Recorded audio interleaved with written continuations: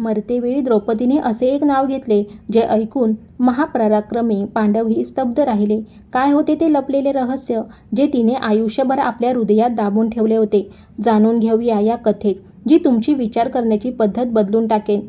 आपण सर्वांनी महाभारतात द्रौपदीचा संघर्ष, तिचा अपमान आणि तिचा अद्भुत संयम पाहिला आहे. आयुष्यभर धर्म, साहस आणि त्यागाचे प्रतीक बनलेल्या या स्त्रीच्या हृदयातही एक असे रहस्य असू शकते ज्याचा तिने जगाला पत्ताही लागू दिला नाही.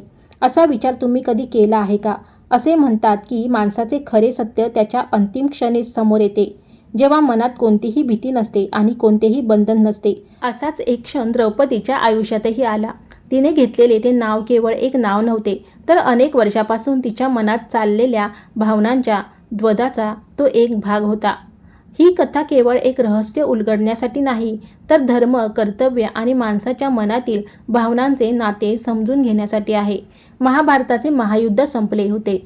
हस्तिनापूरची भूमी, जी कधी पराक्रम आणि धर्माच्या गाथा गात असे, ती आता शांततेसोबतच एका गूढ उदासीनतेमध्ये बुडाली होती. आयुष्यभर अग्नीसारखे जळणारे जीवन जगलेली द्रौपदी आता आपल्या आयुष्याच्या अंतिम टप्प्यावर पोहोचली होती.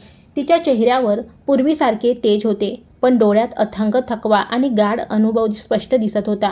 एक दिवस संध्याकाळच्या वेळी, जेव्हा सूर्याची शेवटची किरणे राजवाड्याच्या भिंतींना स्पर्श करत होती, द्रौपदीने हळूच डोळे उघडले. तिच्या चेहऱ्यावर एक विलक्षण शांतता होती. तिने अत्यंत संथ आवाजात म्हटले, "आता वेळ आली आहे." तिचा आवाज क्षीण होता, पण त्यात एक वेगळाच आत्मविश्वास होता. युधिष्ठिर, भीम, अर्जुन, नकुल आणि सहदेव तिच्या भोवती जमा झाले. युधिष्ठिराने तिचा हात हातात घेतला आणि विचारले, "प्रिये, तुला कशाची काळजी सतावत आहे का?" द्रौपदीने हलकेच हसून नकार दिला, पण तिच्या डोळ्यात अजूनही एक रहस्य लपलेले होते, जे तिला आपल्यासोबत घेऊन जायचे नव्हते. मृत्यूसमोर उभा असताना तिला आपल्या मनातील ते अनकहे सत्य प्रकट करायचे होते. द्रौपदीने आपल्या पाचही पतीकडे पाहिले. प्रत्येकाच्या चेहऱ्यावर प्रेम, वेदना आणि हतबलता दिसत होती. तिने अत्यंत धीर, गंभीर आवाजात सांगायला सुरुवात केली, "मी आयुष्यभर धर्म पाळला, प्रत्येक नाते पूर्ण निष्ठेने निभावले, पण एक सत्य असे होते जे मी कधीच कोणाला सांगू शकले नाही." कक्षामध्ये पूर्ण शांतता पसरली. युधिष्ठिराने शांतपणे सांगितले, "जर तुझ्या मनात काही असेल तर निसंकोचपणे सांग. सत्य कधीही लपवू नये." द्रौपदीने आपली उरलेली सर्व शक्ती एकवटली आणि म्हणाली, "जेव्हा मी पहिल्यांदा त्याला पाहिले होते, तेव्हा माझ्या मनात एक वेगळीच भावना निर्माण झाली होती. एक अशी भावना जी मी स्वतः कधी समजू शकले नाही. तो, जो नेहमी माझ्या आयुष्याच्या काठावर राहिला, ज्याला मी कधी स्वतःच्या जवळ येऊ दिले नाही." हे ऐकून अर्जुनाच्या चेहऱ्यावर एक अस्वस्थता पसरली. आणि मग तो क्षण आला, जेव्हा द्रौपदीने तिच्या आयुष्यातील सर्वात मोठे रहस्य उघड केले. ती म्हणाली, "मी माझ्या आयुष्यात सर्वात आधी कर्णाला पाहिले होते आणि त्या क्षणी माझ्या मनात त्याच्याबद्दल एक वेगळीच भावना निर्माण झाली होती." हे शब्द ऐकताच संपूर्ण कक्षात एक स्मशान शांतता पसरली. पांडवांच्या चेहऱ्यावर आश्चर्य, वेदना आणि अविश्वास एकत्र दाटून आले. भीमाच्या मुठी आवळल्या गेल्या, पण त्यात राग नव्हता, तर एक अगतिकता होती. युधिष्ठिराने डोळे मिटून घेतले. द्रौपदीने पुढे सांगितले, "पण मी कधीही त्या भावनेला माझ्या कर्तव्यापेक्षा मोठे होऊ दिले नाही. मी नेहमी धर्माचे पालन केले आणि माझ्या पतींशी एकनिष्ठ राहिले. हा कोणताही पापभाव नव्हता, तर एक मानवी भावना होती, जे मी आयुष्यभर मनात दाबून ठेवली. आज हे सत्य सांगून मला मुक्त व्हायचे आहे." द्रौपदीचे हे शब्द पांडवांसाठी कोणत्याही तीरासारखे नव्हते, तर एका आरशासारखे होते. युधिष्ठिराने शांत स्वरात म्हटले, "आज मी अजून एक सत्य शिकलो की धर्म केवळ कर्माने नाही, तर भावनांच्या पवित्रतेने ठरतो."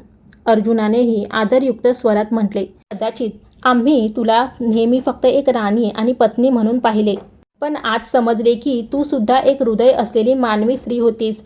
नेहमी कोदरात राहणाऱ्या भीमानेही सांगितले की या सत्यामुळे आमच्या मनातील तुझ्याबद्दलचा आदर कमी झालेला नाही, उलट तू आमच्या नजरेत आणखीन महान झाली आहेस. सनातन धर्माची हीच सर्वात मोठी शिकवण आहे की मनात येणारे भाव आपल्या नियंत्रणात नसतात, पण त्या भावांच्या आधारावर आपण जे कर्म करतो त्यावरून आपले चरित्र ठरते. द्रौपदीने कधीही अधर्म केला नाही. तिच्या चेहऱ्यावर आता एक दैवी शांतता होती. तिने शेवटच्या वेळी तिच्या पतीकडे पाहिले. आता तिच्या नजरेत कोणतेही द्वंद्व नव्हते, फक्त समाधान होते. तिने अत्यंत संत आवाजात म्हटले, "आता मी शांत आहे." आणि तिच्या ओठावर एक हलकेच हसू आले. काही क्षणातच तिचा श्वास थांबला. द्रौपदीचे हे अंतिम सत्य पांडवांसाठी एक मोठी शिकवण बनले, की सत्याचा स्वीकार करणे हीच आत्म्याची सर्वात मोठी मुक्ती आहे. ही कथा आपल्याला शिकवते की आपण सर्व माणूस आहोत आणि आपल्या मनात अनेक प्रकारच्या भावना जन्म घेतात. पण खरा धर्म हाच आहे की आपण आपल्या कर्तव्याचे पालन करावे आणि मनावर नियंत्रण ठेवावे. मित्रांनो, जर तुम्हाला ही रहस्यमयी आणि ज्ञानवर्धक कथा आवडली असेल तर या व्हिडिओला लाईक नक्की करा आणि तुमच्या मित्रपरिवारासोबत शेअर करा.